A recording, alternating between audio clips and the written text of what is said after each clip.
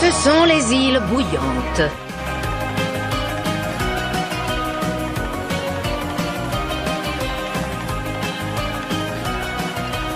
Mitty Blight, est-ce que tu veux bien sortir avec moi? Oui. D'accord. J'ai grandi en croyant que tout était une occasion de justifier mon existence. Et il y a des personnes qui ne te feront pas te sentir inutile. Tu dois te laisser une chance de les rencontrer. Salut les Oswilliens, ici Mr Dreams et bienvenue sur ma chaîne. Vous savez, cela fait 1 an que je regarde The Yall House, 1 an que je suis fan de ces personnages, 1 an que j'adore les intrigues du Lumity, 1 an que je théorise par rapport à Bellows, Hunter, etc. Et 1 an que je dis que The Yall House est l'une des meilleures séries de tous les temps. Et là, il y a quelques mois, la Salakael, qui est un pote à moi, m'a posé une question. Est-ce que je suis capable de citer 5 défauts de la série? Du coup, oui, franchement, merci beaucoup la Salakael. C'est vrai, j'avais vraiment besoin de ça, de citer les défauts de The Yall House. Mais bon, évidemment, je vais tenir ton défi la Salakael. Je vais donc te citer 5 défauts de The Yall House. À savoir évidemment que ces défauts ne m'ont pas véritablement gâché mon expérience de visionnage. Mais peut-être certains petits chipoteurs ou d'autres. Mais du coup, c'est parti pour les 5 défauts de The Yall House. Le titre en VF. Et oui, clairement, on va d'abord commencer par un point que je déteste, la VF du titre. Désolé, mais The Yall House, traduit par le manoir de la chouette, et là on le remplace par Luz à Oswille. Une preuve que les traducteurs français sont très mauvais. En effet, je trouve vraiment le titre mauvais. D'ailleurs, je ne l'ai presque jamais appelé Luz à Oswille. J'ai toujours cité The Yall House, et je comprends vraiment pas pourquoi on a pas vraiment trouvé un nom. On aurait pu l'appeler les îles bouillantes, on aurait pu l'appeler le royaume des démons, peut-être que ça aurait été un peu trop méchant, mais franchement, Luz à Oswille, bon, certes, il y a Oswille dans les îles bouillantes, mais il n'y a pas que ça.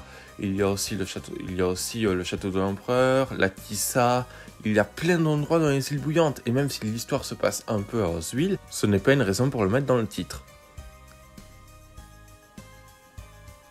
En effet, alors que dans le premier épisode, on nous présente Camilla comme une mère attentionnée qui s'inquiète des résultats scolaires de sa fille, eh bien, Luz décide donc de faire un caprice. En effet, Luz décide donc d'aller dans le royaume des démons pour vivre un petit peu sa folle histoire de devenir une sorcière.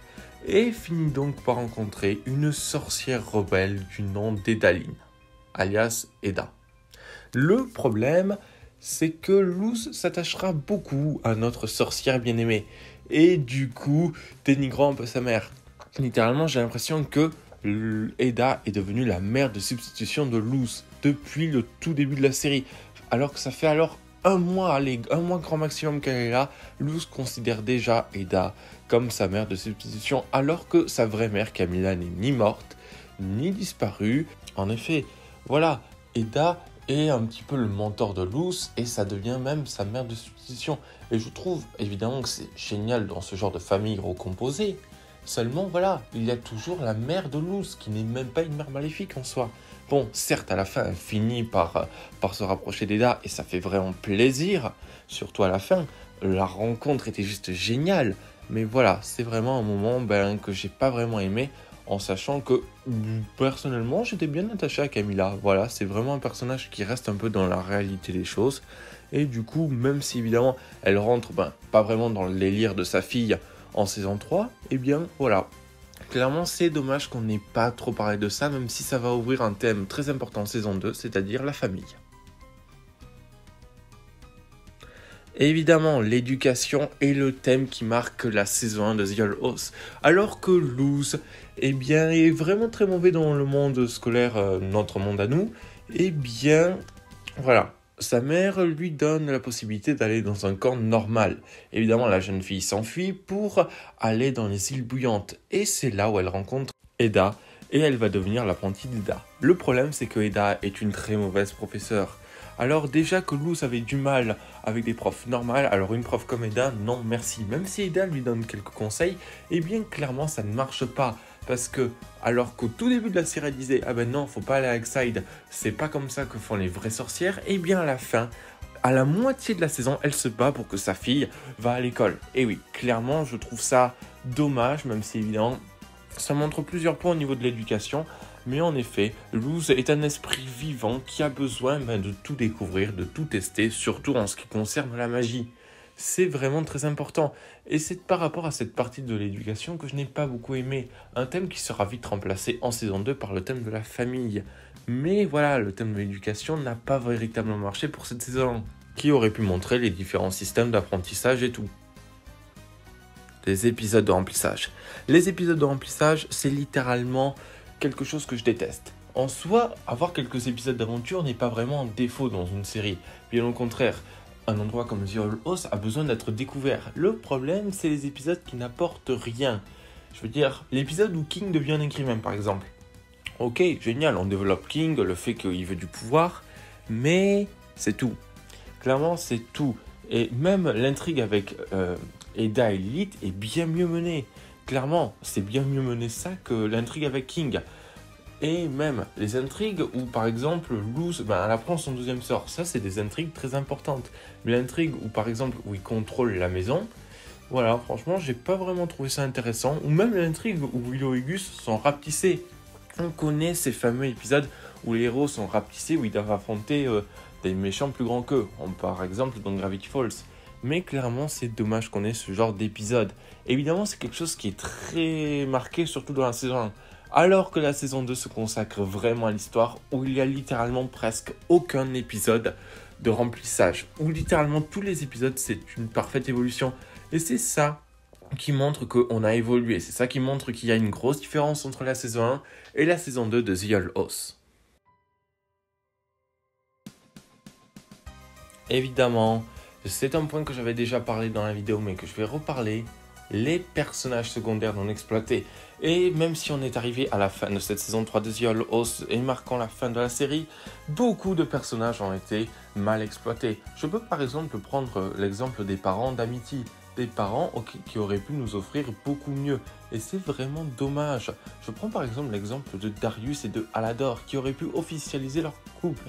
Évidemment, même si à la fin on montre qu'il y a quelque chose, eh bien ça ne va peut-être pas assez loin. C'est comme l'intrigue au niveau du passé d'Eda et de Lilith.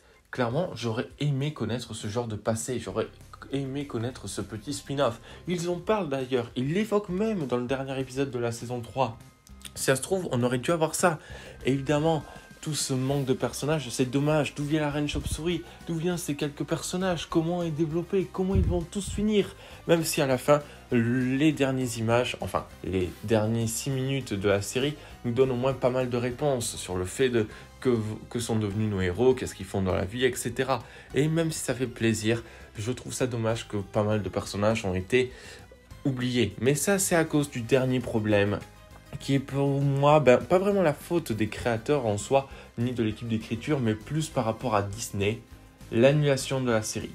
Alors évidemment, vous allez me dire, ok, ce n'est pas leur faute, pourquoi tu critiques ça?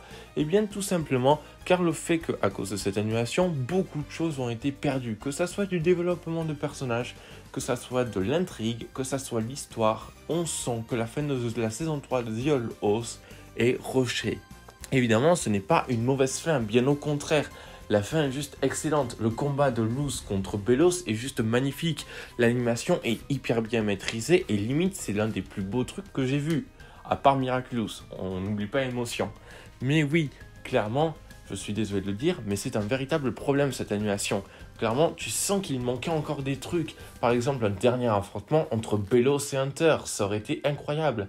Tu sens qu'il manquait l'histoire d'Evelyn avec Caleb. Tu sens qu'il manquait des flashbacks, qu'il manquait des trucs. Et c'est dommage.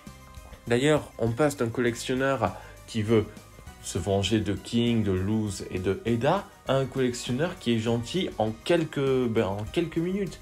Évidemment, c'est un collectionneur qui souffre, mais on n'en a pas parlé assez. Et c'est vraiment dommage. C'est ça le plus gros défaut de The Old House. Et évidemment, je le dis, même si ce n'est pas la faute de l'équipe d'écriture, même si évidemment ce n'est pas votre faute d'Anna Terrence, c'est vraiment dommage. Car si on vivait dans un univers alternatif où la série avait continué, je pense que cette série aurait été incroyable. à savoir que normalement on aurait dû avoir 5 saisons. Vous vous rendez compte? 5 saisons. Peut-être que ça aurait fait trop, peut-être que la série aurait été mauvaise, mais en soi je pense qu'on aurait tous apprécié d'avoir bien plus d'aventures de nos héros. Bon, évidemment, pour conclure, c'est vrai que The Old House a pas mal de défauts. Mais est-ce que c'est pas le cas de toutes les séries? Que ça soit Miraculous, que ça soit Gravity Falls ou que ça soit les prochaines séries que je parlerai un jour sur cette chaîne, est-ce qu'elles n'ont pas toutes des défauts? Je pourrais citer dans Miraculous pas mal de défauts, que ça soit par rapport à Marinette, que ça soit par rapport à l'intrigue qui n'avance pas assez vite dans certaines fois, que ça soit la saison 1 et tout. Évidemment, je pourrais citer ça, mais est-ce que ça ne fait pas la force des très bons épisodes de The Old House? En effet, même si la saison 1 est assez mauvaise en soi, car elle présente pas mal de défauts, eh bien, ce n'est pas le cas de la saison 2, qui est juste incroyable. Et on comprend mieux pourquoi l'audience a explosé lors de cette fameuse saison 2. Maintenant, il ne nous reste plus qu'à attendre jusqu'au 17 juin pour profiter de la dernière aventure de nos héros en français.